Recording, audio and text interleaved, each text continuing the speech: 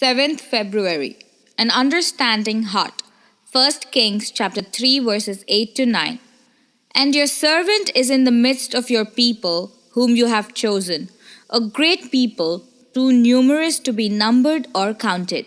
Therefore, give to your servant an understanding heart to judge your people, that I may discern between good and evil. For who is able to judge this great people of yours? A lack of understanding can cause a great deal of embarrassment. President Coolidge once invited some friends from Vermont to dine at the White House. They were worried about their table manners, so they decided to do everything their host did. All went well until coffee was served. Coolidge poured part of his into the saucer. The guests did the same. The president then added sugar and cream. So did the visitors. Finally, Coolidge leaned over and placed his saucer on the floor for the cat. King Solomon was faced with something more serious than a simple faux pas. He would be responsible for the lives of millions of people. His decisions would create a ripple effect that would reach well beyond the borders of his own land.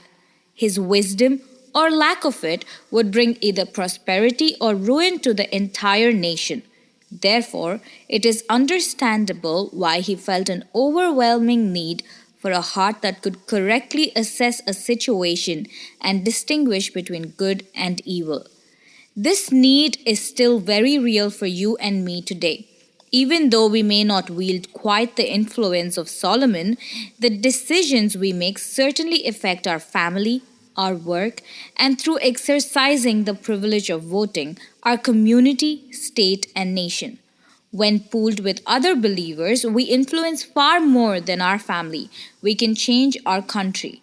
That makes it imperative for us to seek an understanding heart from God as well. The book of Proverbs urges, and in all your getting, get understanding. Chapter 4, verse 7.